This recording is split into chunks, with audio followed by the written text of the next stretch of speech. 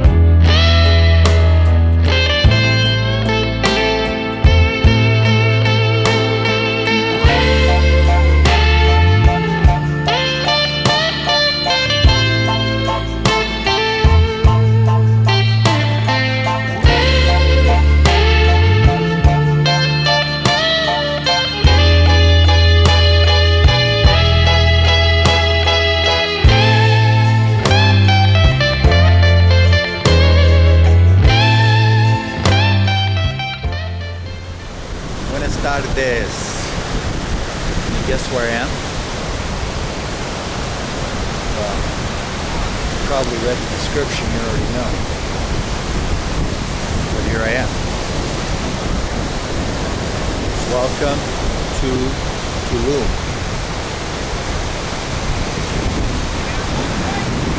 I've been here a couple of times already. This is my third.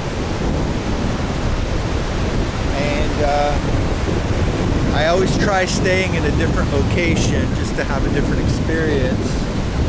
The first time I stayed in the Pueblo, this time I'm staying in the jungle. And I just came down to the beach. And had some breakfast. Thought I'd go for a walk. As you can tell, it's really windy. And you can hear the waves. But as you can see, we have the seaweed. This seems to be a plague on the Caribbean. I mean, it doesn't seem to bother a lot of people. But I tell you, it's a little bit of a drag. I think they should be having an effort to clean it up. In Islas de Mujeres, which is just further north off the coast of Playa near Cancun, Islas de Mujeres has a beautiful beach called Playa Norte, which is gorgeous white sand, not a shred of seaweed on it. So if you're looking for a beach without this on it,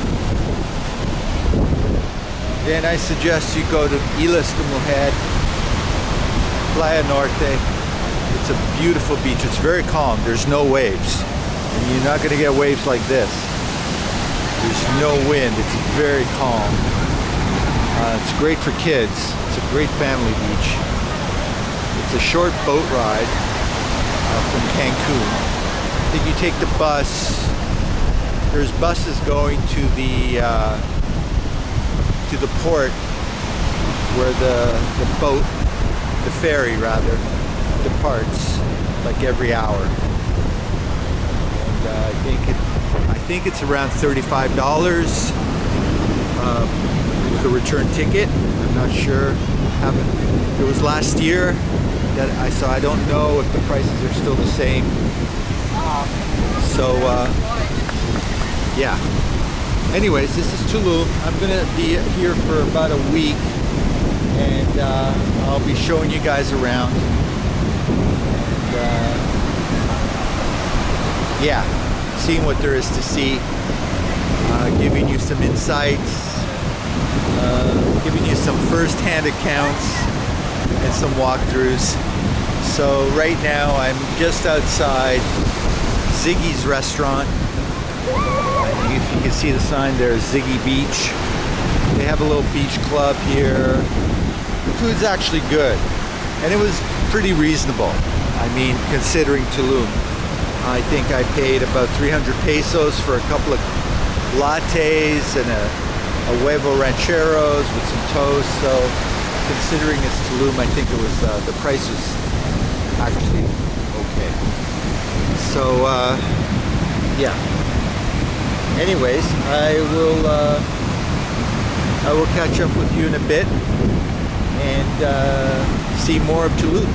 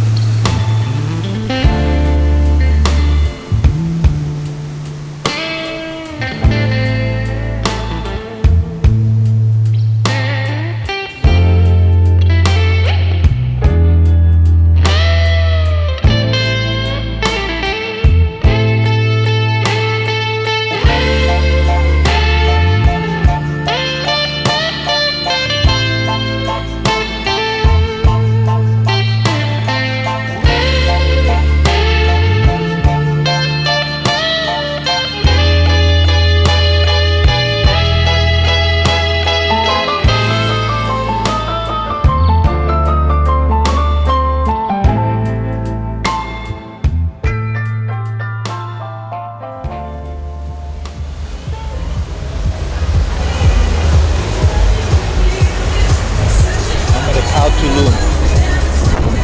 It's one of the most popular beach clubs. You can see up there is They're shacks that go for like close to $1,000 a night. If you want to stay where the action is and listen to techno music.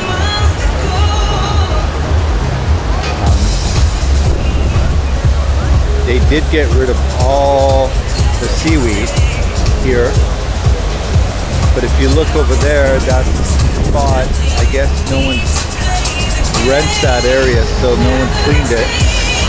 So you can see like how different it is with the seaweed and without the seaweed. Apparently the seaweed only started happening in 2018. It wasn't that long ago. Apparently with the warmer weather, warmer water, the seaweed started showing up. But this is the scene.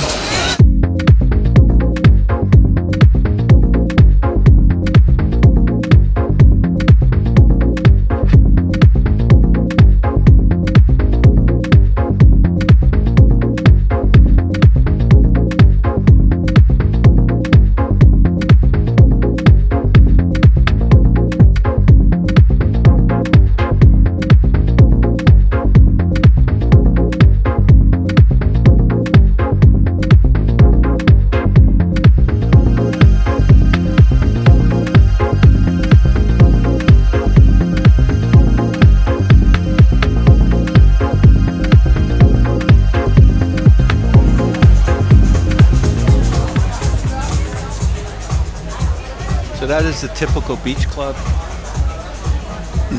There's an inside area as well.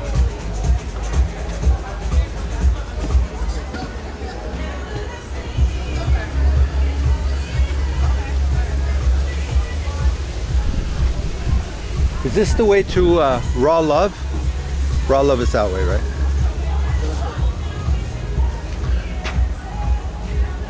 There's a Raw Love restaurant that way. I'll be going there later for a bite to eat. Oh, there's some kind of ceremony going on right now. Let's take a picture of me going up the stairs. I mean, just take a video of me going up the stairs. Okay. All right, so which one? How much is it? You got back. Okay.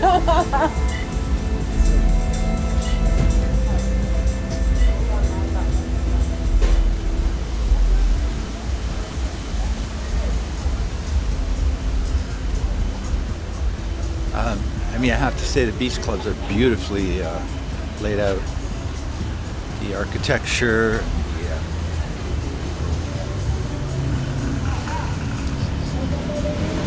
the concepts they use, the artistry, the sculptures, everything. It's beautifully put together.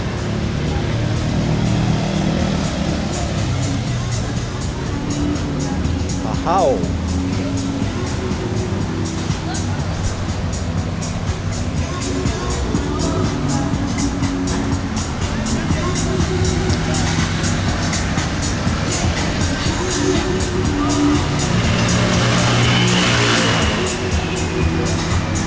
So yeah, that's your typical beach club, one of the better ones. And right now I'm just walking along the beach road. Here we have a parking lot where if you have a car, you have basically no choice but to park here. And I'm sure it's not cheap. Quanto? Quanto custa? Quanto custa? Quanto custa? 200. So basically parking down here will cost you 200 pesos.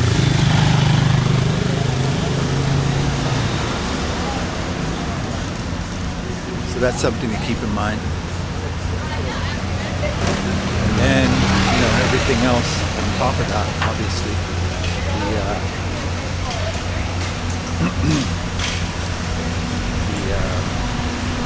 The foods, the drinks, the cover charge, etc., etc., etc. You can't park anywhere. I parked my motorbike right there, and I think it's pretty safe. Nobody's messing with it. pretty secure. I'm going to leave it there. I just wanted to check in on it. Last thing I wanted was to see it towed away, but yeah. So yeah, this is a typical day in Tulum on the beach road. Cloudy.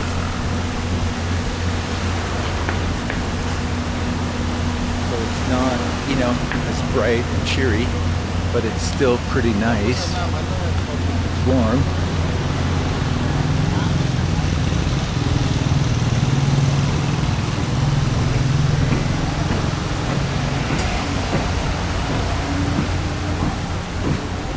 Some new construction going on here.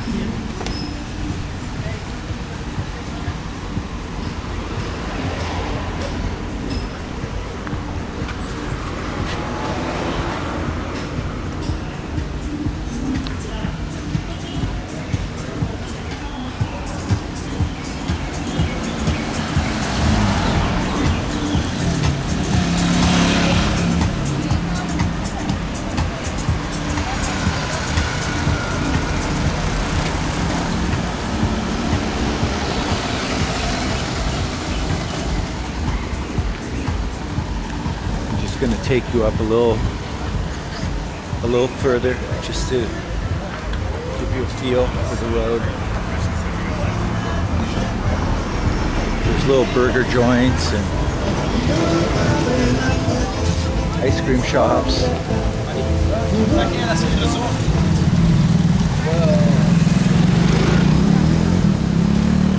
This looks like a new beach club is opening up here somewhere, right here, under construction.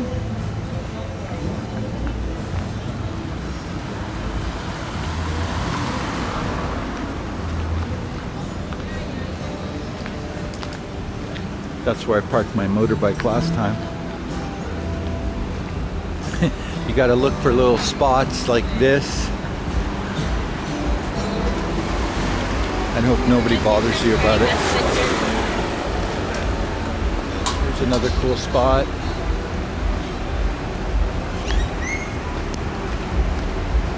This one has an interesting entrance. You have this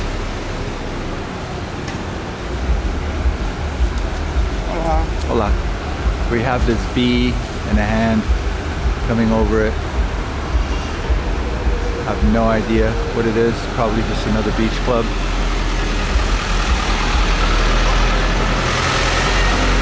Yeah, so there's just shops and beach clubs running up and down the road, along with liquor stores, convenience stores, and so forth. Yeah.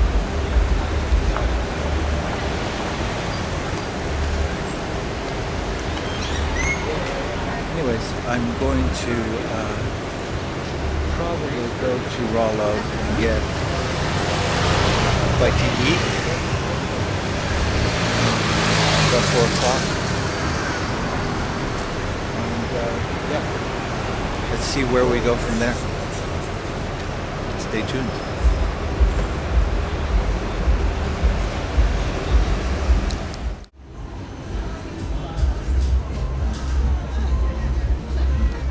Okay, this must be the place. It's a Raw Love Cafe. That's the one I've been looking for.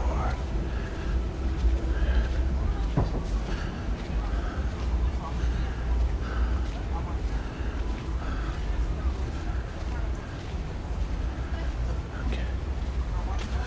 Let's grab a seat somewhere nice. Somewhere nice to sit and chill out. I might go sit down.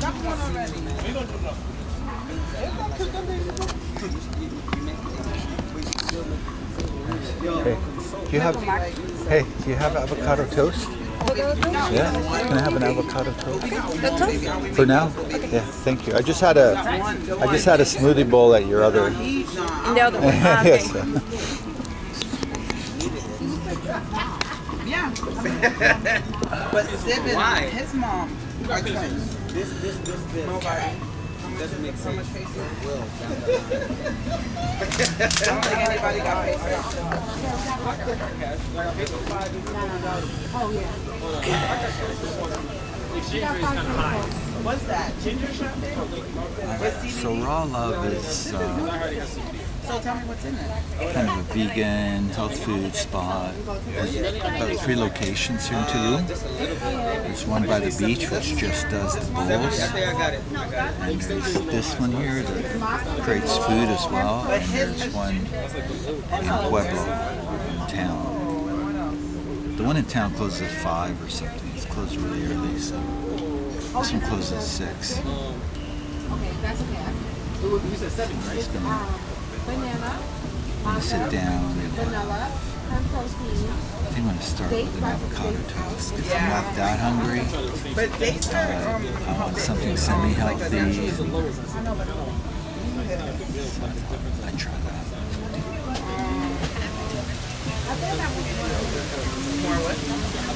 Yeah, it's been a weird day. Cloudy. Not hot. It was perfect to go into the biosphere. Just because the heat would have been intense in that jungle. But I guess it must be a letdown for a lot of people who come here for just a week or 5 days and they get one day where they're not really getting their suntan, not getting their full dose of Tulum. That's how it is. The best thing to do in those days is just find something else to do. I was going to go to a cenote, but this weather just doesn't make sense. Cenotes are perfect when it's hot. The sun is just blasting and really hot. Go to a cenote and jump into that cold water. It just feels great. So, no cenote today. It's already like 4 o'clock, so. Cenotes typically close at 5.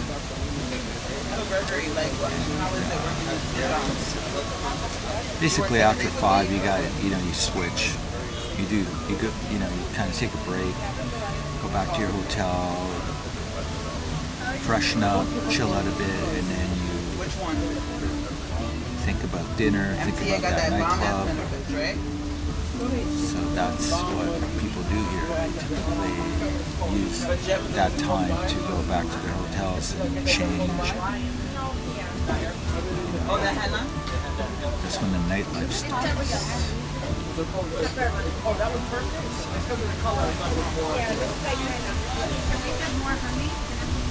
Anyways, I'm here for a couple of more days. And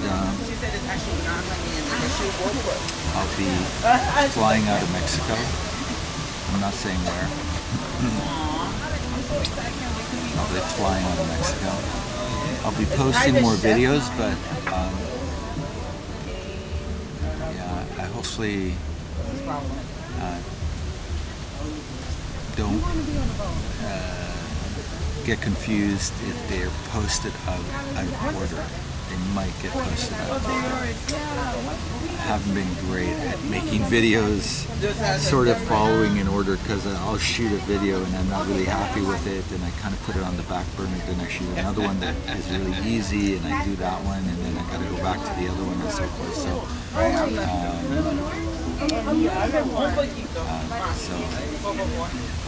I don't do it intentionally. It's just that I'm not that good at the editing part and so forth. So when I'm not completely happy with it, and it kind of sits on the back burner, and then eventually it clicks, and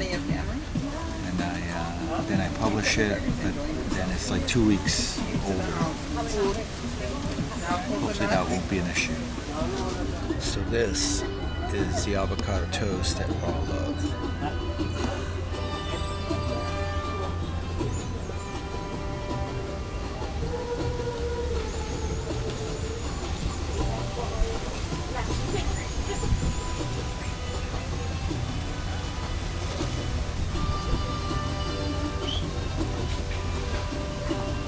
pretty amazing, eh?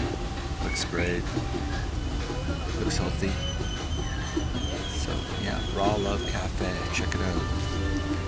Right down by the beach in Tulum. There's one right on the beach, which is just for smoothie bowls and drinks. And there's one just behind a cow.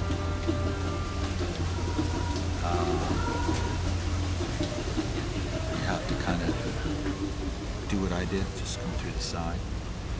And that one is what makes you food, and then there's another one in town. Okay.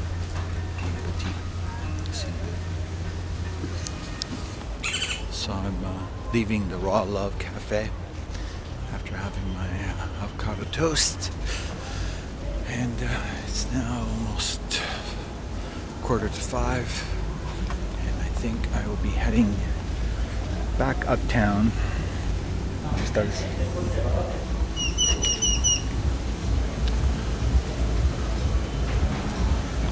I'm going to back to my hotel and chill out. Take a shower, jump in the pool or something. And, yeah, see what the rest of the evening has in store. Right now I just need a break. So, yeah, that's where I'm going.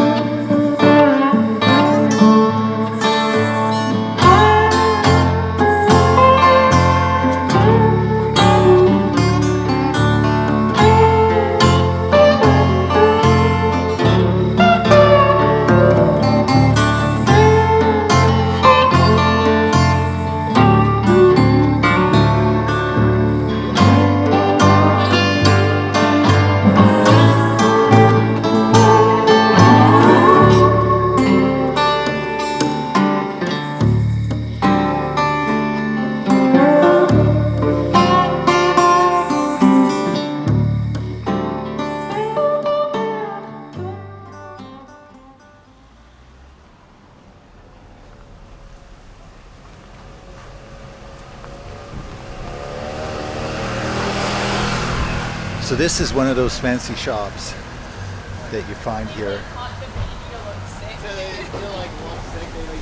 I think it's called Anokia. I'm not sure. I'll put it in the video though. But this is an example of the architecture here in some of these newer places in Tulum, where here you have I don't know if it's a nightclub or a restaurant. There's also a museum here. Azulik, I think it's called Azulik. And yeah, it's just part of this contemporary movement of creating these unique spaces, shopping experiences. There's even like, yeah, I don't know if you can see it up there. It's like a tree house.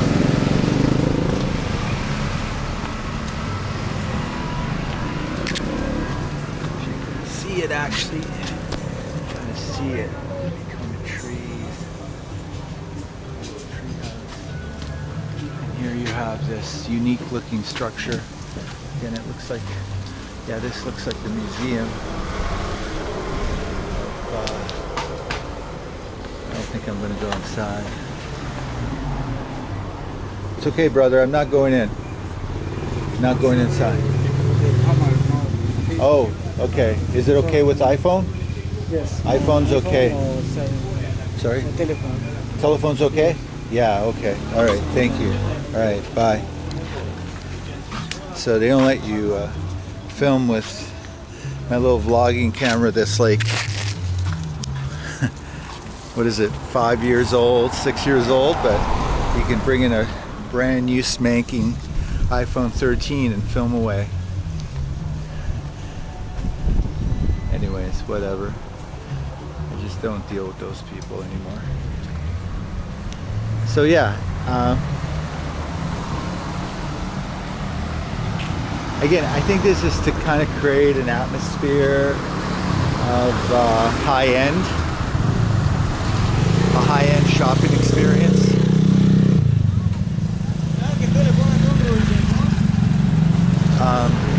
Which, you know, consequently is good for business, obviously. I mean, the clothes I saw in that shop, I don't know if you were looking or paid much attention to them, I don't think they were anything special. I mean, it's not like you're going to New York City and you're going to Comme des Garçons or, you know, Yoshi Yamamoto. It's nothing like that. These clothes are actually pretty ordinary.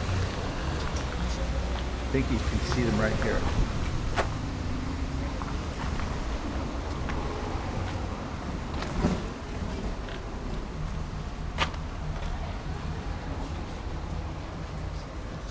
I mean, they're completely ordinary.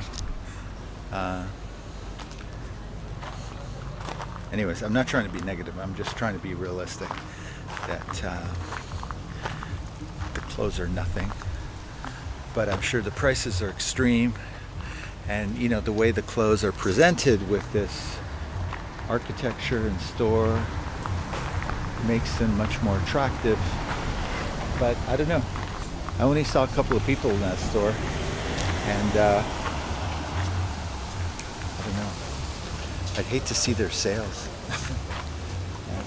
I'm gonna ask these people what is this place? It's a hotel. Is it a bar too? Restaurant? Is it a restaurant too? Restaurant? Yes. Do you have a menu? Give me 1 second. It's coming my coworker. Okay. Is it digital menu or digital? It's, the hostess is coming. Oh, the hostess. Okay. All right. Yeah, the hostess is coming with the menu. I'm just gonna screw this in.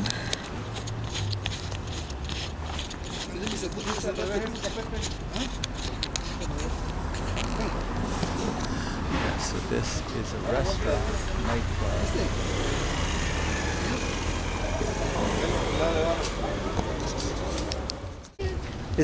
Is this a restaurant? Yes, Do you have a menu? this is Quinto. I don't have it right here, but the menu is on the main page. Okay? Of the Of the main page website. is Azulik, yes. okay, Absolute Restaurant. This is the Quinto restaurant. We have a set menu. It's a 3-course time menu. It's one starter, one main course, and one dessert. Okay. And it's The served on price top. is $195, and it doesn't include any drink. The tables outside or the nest are private tables, and they have a rental price. It goes between $700 and $900. You mean the ones on the nest, on the top? Yes. Okay, all right. Yes, that's for the rental of the table, plus the minimum consumption per person. Oh, okay, great. Okay, so the nest is like $700 or something, Yes. and then the set menu is about $200. Yes. Right. Okay. All right. Anything and drinks not included, right? Yeah. Okay. Drinks are not included. Anything else? That's well, because of the menu, all the reservations are made through the website. Okay, so you do Yes. reservations for the website. Okay. Okay. All right. Perfect. Thank you. You're welcome. Appreciate it. Bye. Yeah. So I don't know if you caught that.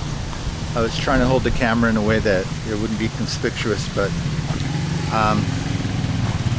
there you have it. To eat there, it's going to cost you at least $200 each. That does not include drinks. And if you want to eat on top, on the nest, it's like that. I think I was trying to show you that earlier. I don't know if you could see it from here.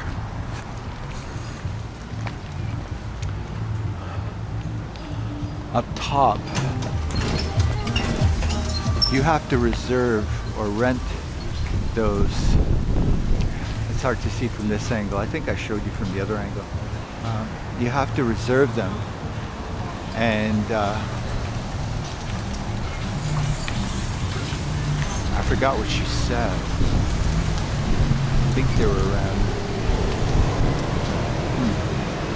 I'm not sure. Was it about $1,000 or something, or 900 US or something? Anyway, so you get the picture. It's not cheap, but I guess, you know, if you're going to Tulum and you're, you know, fairly wealthy and you want to impress your girlfriend or your wife, or, you know, or you just happen to have that kind of money to throw around, this is one of the experiences you have. And then you can take an Instagram shot of yourself on the nest to show your friends just how cool you are and how much money you have. So yeah, it is what it is. So I'm not trying to be negative. I'm just trying to give you a very clear, realistic viewpoint of how it works here in Tulum. So yeah. And again, you could also go to the taco stands in town, and for 50 pesos you can get yourself a pretty good dinner there as well. Not the same experience, but I'm just saying there's quite a contrast here. And, so if you have that kind of affluence, you have that kind of money, you have that kind of yeah, if that's the experience you want, it's here. You can do it. I'm not sure if the food's actually going to be any good, because I've been to expensive restaurants before like this, and I have to say that you didn't go there because of the food. And so that's something to think about too. Anyways, okay. So there you go. There you have it. Azulik.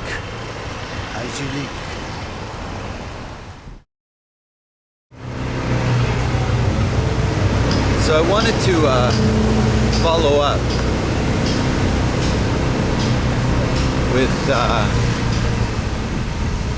watch out for the speed bump. Oh! I wanted to follow up with some some more thoughts about Tulum and the changes I've witnessed between last year and this year. And there have been quite a few, actually. Quite a few changes.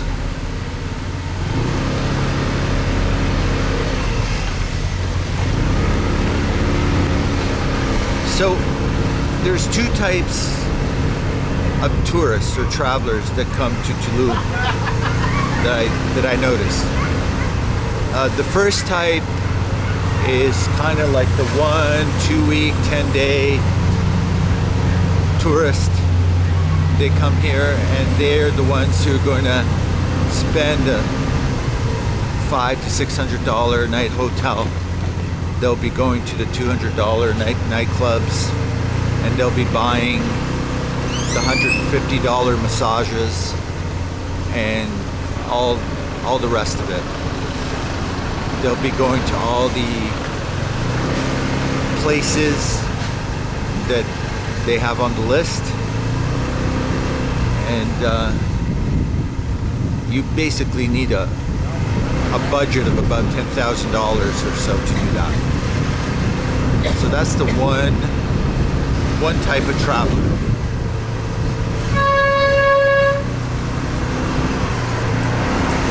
The other kind of traveler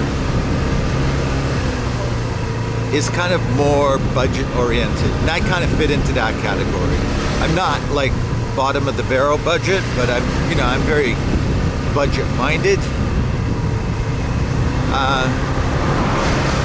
The younger travelers, they'll tend to stay in hostels where it's cheap and they meet a lot of people like in their age group and demographics. Then they kind of like get together.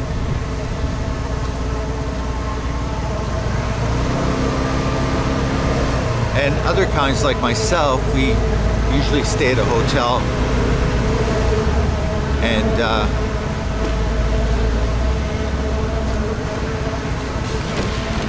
or a guest house or something. And we usually have like a private bathroom and so forth, So those are the two types. But Tulum is everly increasingly set up for the first type. They're not so interested in the second type. They're not really interested in the budget guys, the backpackers,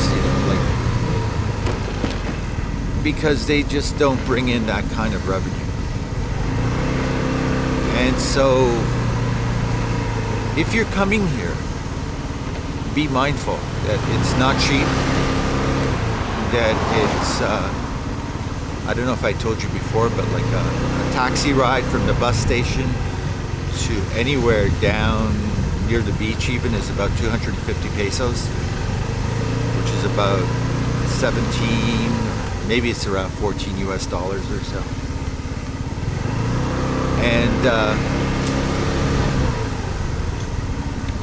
food here is basically not cheap. It's on it's US prices.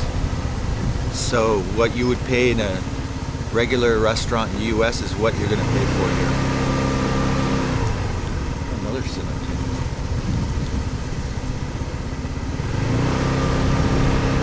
Now you could go to the Mercado. There is a Mercado section in Tulum. I'm going to just pull over a bit. You could go to the Mercado section of Tulum and buy tacos, and there's like food carts and stuff like that. And you're gonna get, basically local prices. So but I drove by there yesterday and I didn't see one tourist or traveler. Everyone I saw were locals. So the traveler that comes here is usually a bit more kind of, food conscious. They like eating vegan or vegetarian. They like to have healthy plates. So they're looking for restaurants that cater to that level. Even the high-end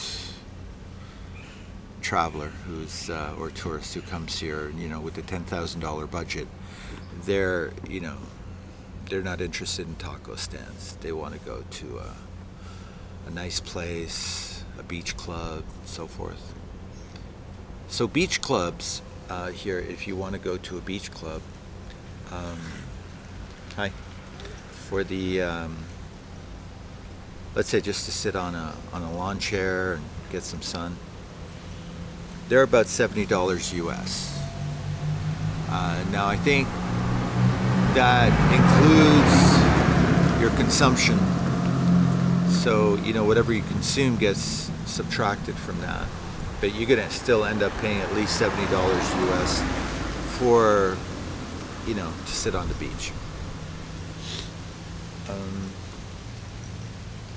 You don't have to pay for, if you just walk through a beach club, and I've walked through many beach clubs. I didn't stay at them. I just walked through just to get access to the beach.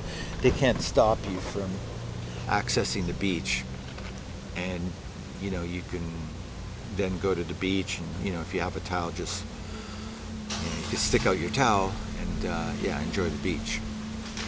But be mindful that there are basically every inch of shore is owned by a beach club or hotel or something, right? So it's like wall to wall. You're not going to find like an open gap somewhere. That's how it works here. The other thing that you need to understand here is the US dollar thing. Before I mention that, I should mention that ATMs here are very difficult. Often they're out of cash. I tried to withdraw some pesos yesterday from a couple of ATMs, and they were both empty. And I've never really experienced that in Mexico, all the times I've been here. So there is something here to do with the ATMs, and I've been told that that's the case. A lot of times they're empty, and definitely by the end of the day, they're going to be empty. The non-Mexican banks you're going to have better luck. Like HSBC, you'll be able to get, your money. It'll probably cost you more in terms of like the fees, and maybe not as great an exchange rate, but at least you'll be able to get your 10,000 pesos or whatever it is you need to go spend on. So that's something to keep in mind. And like I was saying with the US dollar, the US dollar rate isn't very favorable. The spread is quite high. So if you're using US dollars to pay for something in pesos, it's going to be like a higher rate, like 22 pesos. And if you're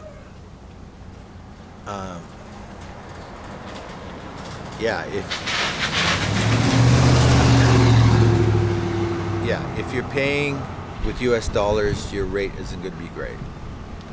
So just keep that in mind. You're better off having pesos in your pocket and trying to negotiate in pesos. But things like this motorbike I rented, it was rented at a rate of $45 US per day. So basically I have to pay it in $45 US per day, or the equivalent in pesos, which will be, again, it will be converted on a 22 pesos per dollar exchange rate. So be mindful of all these things, because if you come here, because you might feel like you're being taken every transaction. And the other thing, everything's expensive here. So I just bought a bottle of water at a pharmacy, and this bottle of water that would normally cost maybe 18 pesos was 50 pesos. So it's more than double. So all these things you got to take into account. Tulum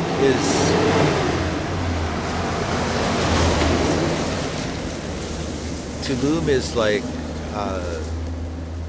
the most unique place in Mexico. It's unlike any other town or place. It's not like Playa. It's not like Cancun. It's not like anything else. It's like its own beast. And there is, yeah. Coming to Tulum is really not coming to Mexico. Okay, I hate to say that. I hope that doesn't sound negative or controversial, but it's not Mexico. If you want to experience Mexico, Tulum is not the place. Go somewhere else.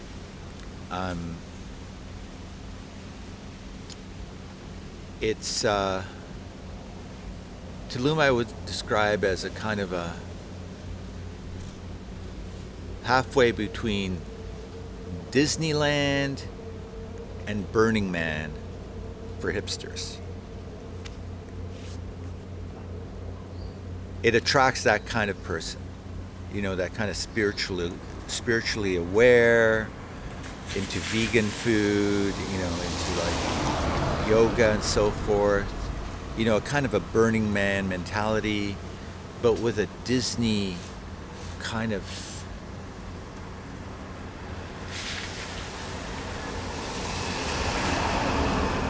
Disneyland kind of over the topness. Excuse me. So expect a very, you know, interesting crowd here. But still, you know, it's worth visiting.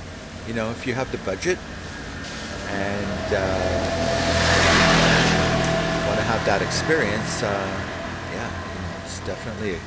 I would recommend maybe 2 to 3 nights.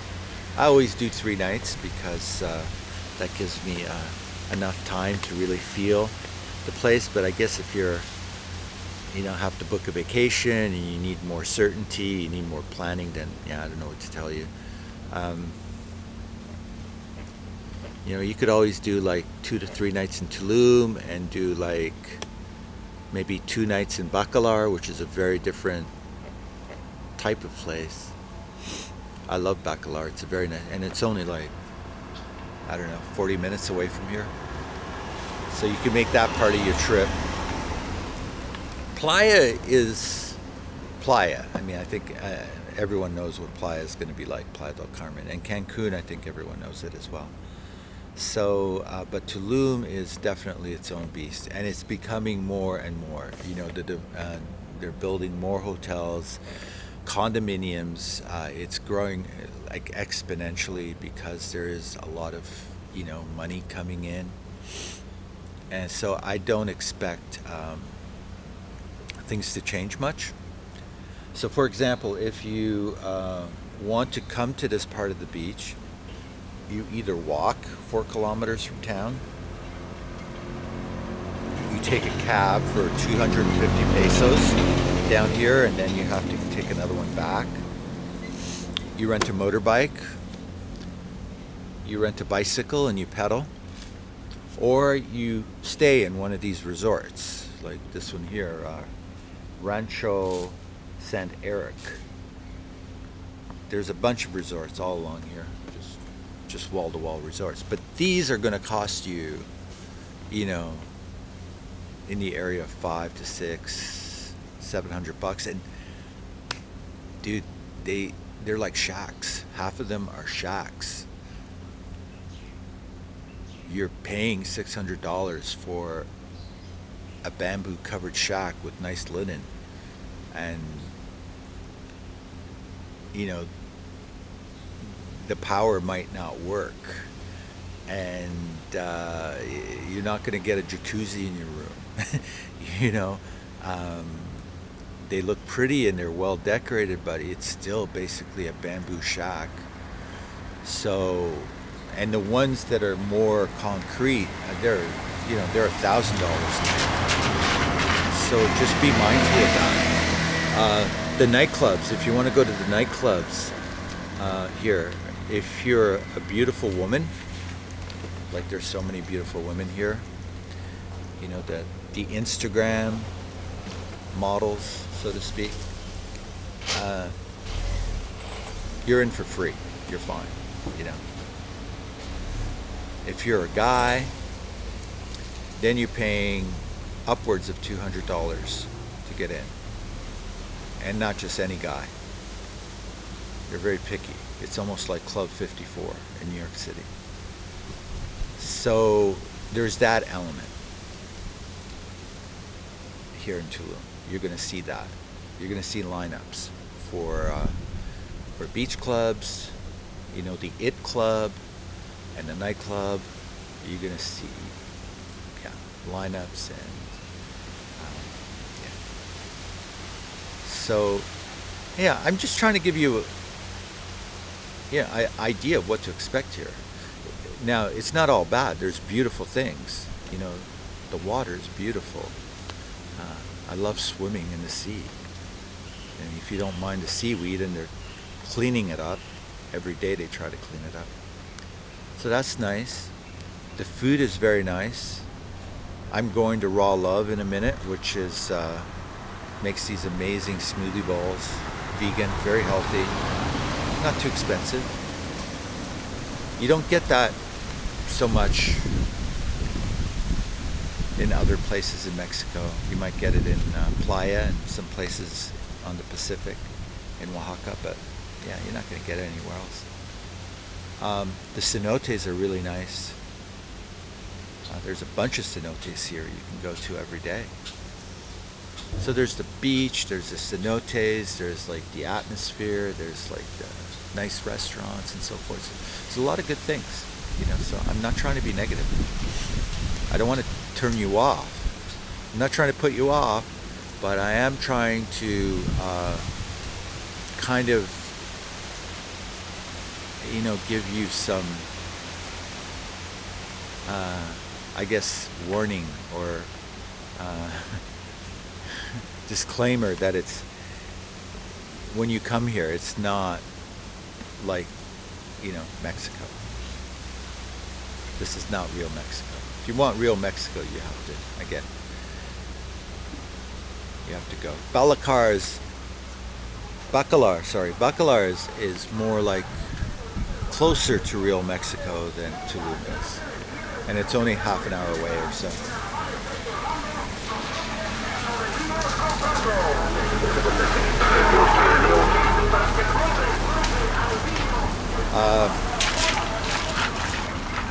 Valladolid, which is near Chichen Itza.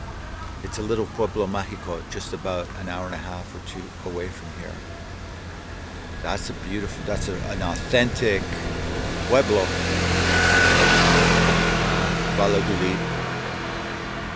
Completely authentic pueblo. You should visit. No beach, but there's some culture, and it's just a great place to walk through the beautiful streets and experience, you know, like a real pueblo. And you could also go to Chichen Itza, but I would say go to Ekbalam. Ekbalam is a much nicer, I believe, in my opinion. Chichen Itza, again, is Disneyland, and Ekbalam is kind of like a real, authentic Mayan ruin that you can visit, and you can climb, and you could explore, and it feels authentic. Whereas Ekbalam is basically like Disneyland for a Mayan site, and there's hawkers everywhere. There's Instagrammers. I mean, you could do it and say, I did it, I got my photo, I did it, but don't don't expect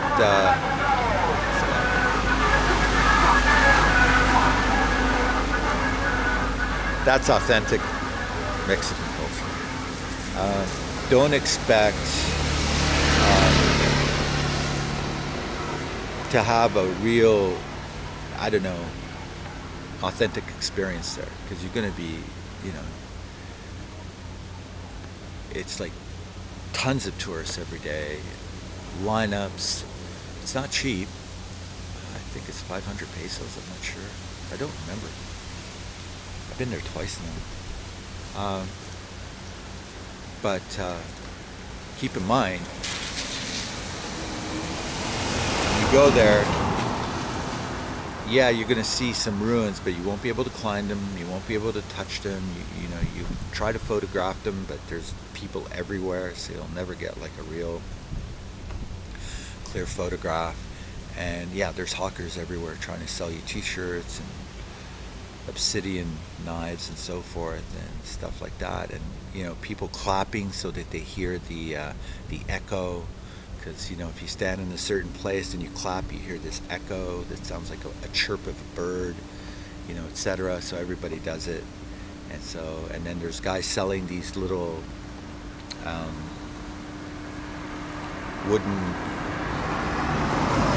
have to make sure that it's still recording. There's guys selling these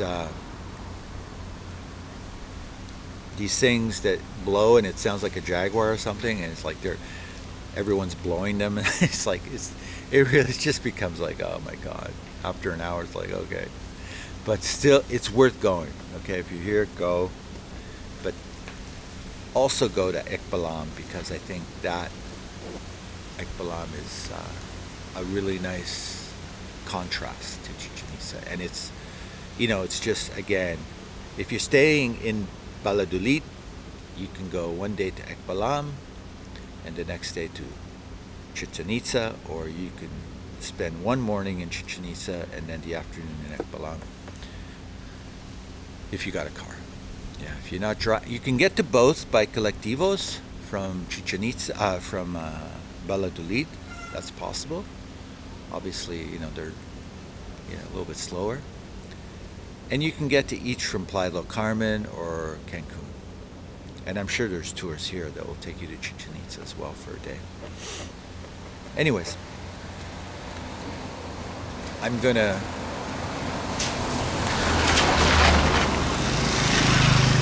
carry on. Let's catch up in a bit. Okay.